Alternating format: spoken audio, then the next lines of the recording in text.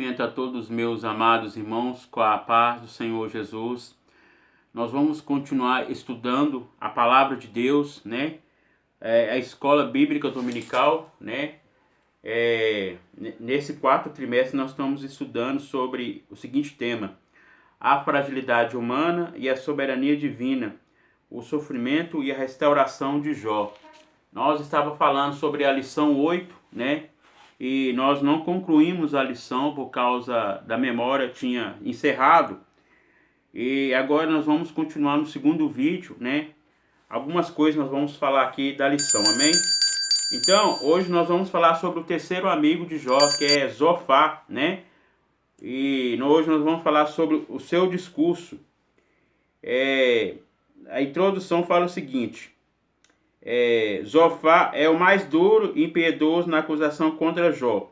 Ao contrário de seus amigos, ele faz dois discursos suficientes para derramar seu ressentimento contra o patriarca. Ele acusa de se levantar contra a sabedoria divina e aconselha Jó a voltar-se para Deus. Então, duas acusações, né, que Zofar, né, fez para Jó, né, no seu discurso, né, dizendo, né, que Jó tinha que se arrepender, né, tinha que se voltar-se para Deus, né. E nós vemos que Jó, ele não estava em pecado, né, e nós vemos também que ele estava falando com Jó, né, que a sua sabedoria era como um jumento, né. Então, falando que ele estava sem entendimento, né. E nós sabemos, queridos, que o justo, né, passa por tribulação, né, tanto justo, né, tanto como ímpio também, né. Então, todos nós, seres humanos, né, sofremos, né. Mas a Bíblia diz, né, que no mundo tereis aflições, mas tem bom ânimo, eu venci, né. Então, como Jesus venceu, nós também venceremos, né. O primeiro ponto fala o seguinte: Deus se mostra sábio quando aflige o pecador. Deus é grande e sábio. Zofar defende que o sofrimento de Jó fazia parte de um sábio julgamento divino, pois para ele Deus demonstra grande sabedoria em reprimir os maus. Por outro lado, os bons jamais passam por tribulação. Para Zofar, se alguém deve algo, tem que pagar. Com dureza, o terceiro amigo de Jó não demonstra a mínima compaixão pelo sofrimento do patriarca de Uz, ao acusá-lo de que se comporta como um animal irracional, um jumento que não tem entendimento. Ao perceber a sabedoria divina na condição das coisas, para Zofar, Jó valeu-se na sua defesa de palavras exageradas, desrespeitosas, cheias de justiça própria, ignorantes sobre as coisas de Deus. Então, na teologia de Zofar, né, Zofar era um terceiro amigo de Jó, né, e ele se repreendendo a Jó, né, que Jó, né, ele estava em pecado, né, ele tinha que confessar o seu pecado, né, e nós vemos que Jó, ele não tinha, né, transgredido a Deus. A Bíblia diz que ele não se blasfemou contra o nosso Deus, né. Nós vemos que ele perdeu tudo o que ele tinha, né. Então, nós vemos aqui ainda, né, ele falando, né, para Jó, né, que ele estava sem entendimento, estava como um jumento, né. Então, queridos, aqui é o terceiro discurso, né, dos amigos de Jó, né. Nós sabemos que o primeiro amigo foi Elifaz, primeiro discurso, né. O segundo foi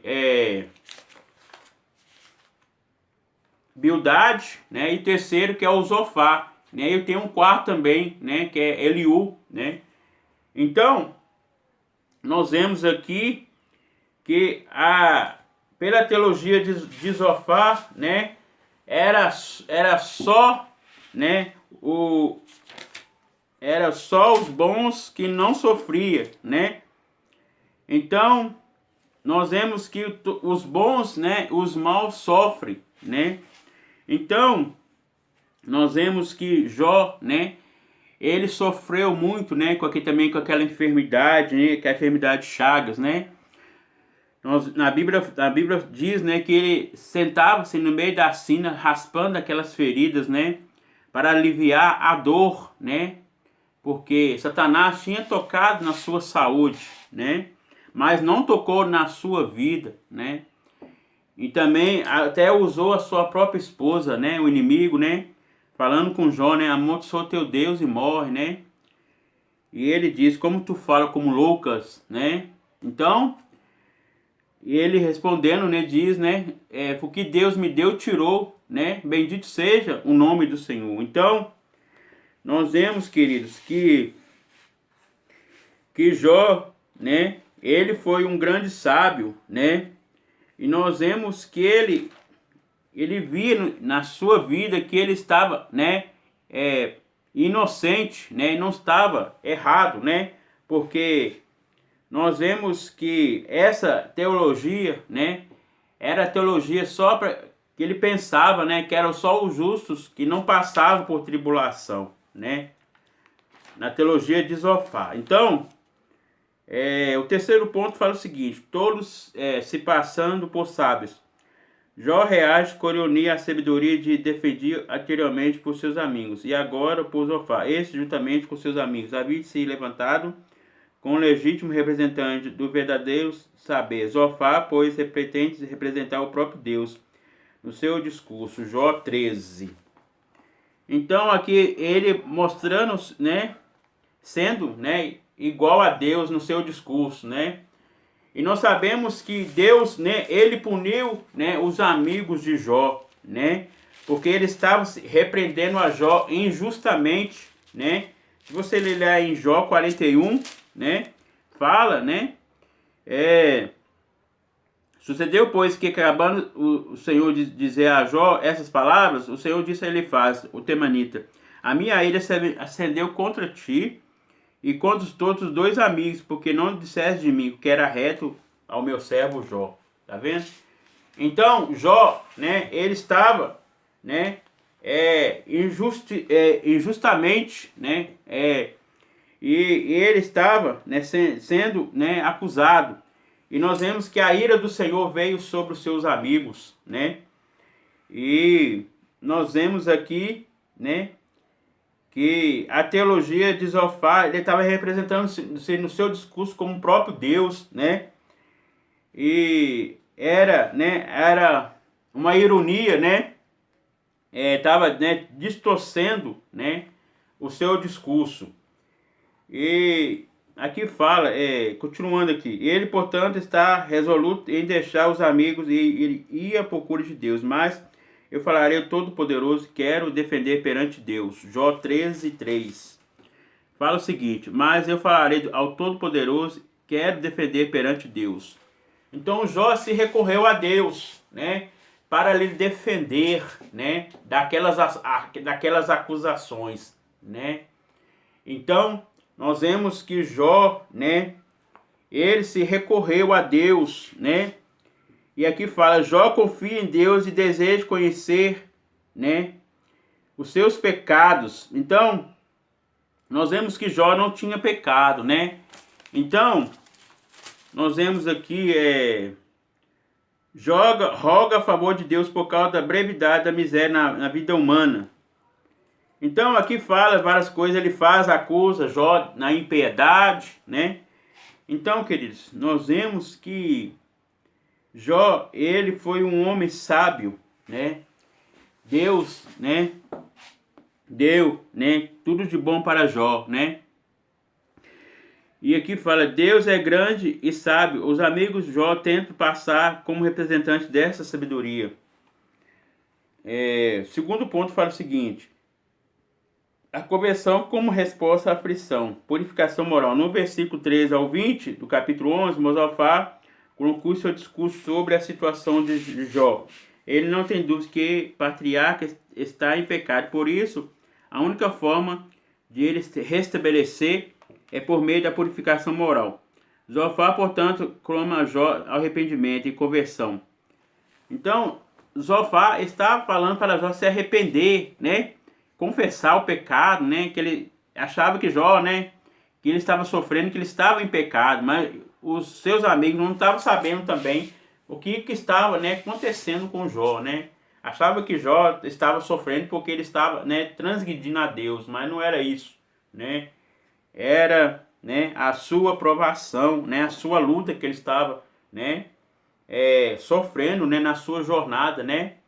Então, nós vemos aqui, queridos, que então o sofrimento, né, faz parte de toda a humanidade, né?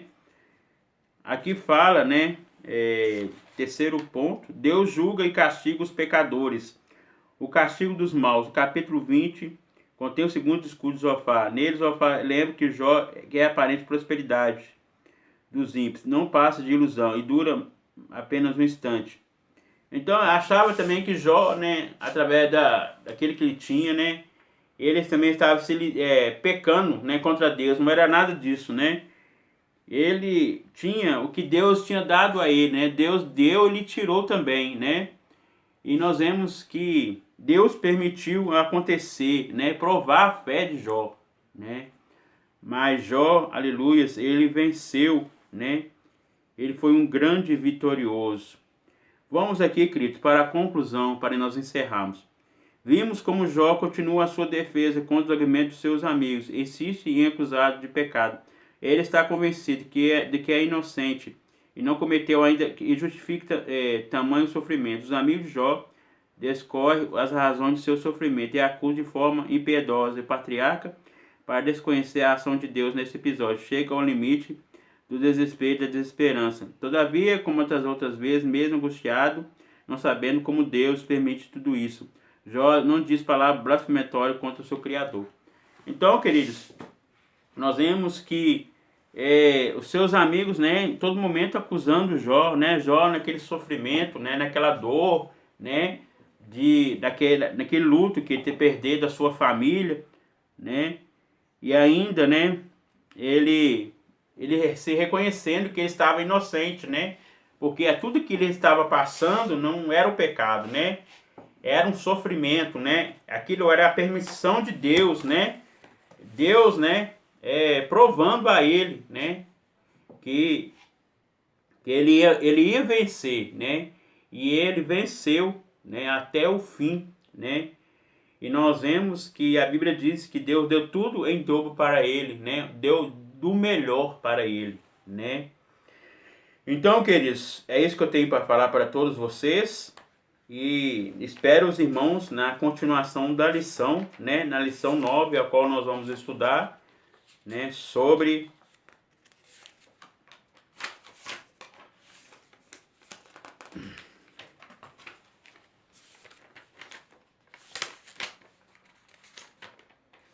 Jó e a inexplicável sabedoria de Deus. Então nós vamos falar sobre a sabedoria, né? O temor do Senhor, né? O temor significa o quê? Respeito, né? Reverência, né? Então, o temor do Senhor é o princípio da sabedoria, né? Então, Jó, ele temia ao Senhor todo momento, né? E o Senhor, né, fez ele sábio. Amém? Vamos orar. Senhor, meu Deus, meu Pai, te agradecemos nesta noite, Pai, de aprender a Tua palavra. Abençoa cada um, Senhor, que está assistindo este vídeo, Pai. Senhor, muito obrigado por tudo, Senhor, nesta noite. Abençoa cada um, Senhor. Dai a vitória, meu Deus. Muito obrigado, Senhor, por tudo nesta noite. Amém. Que Deus abençoe a todos vocês. Amém? Que a paz do Senhor esteja em cada coração.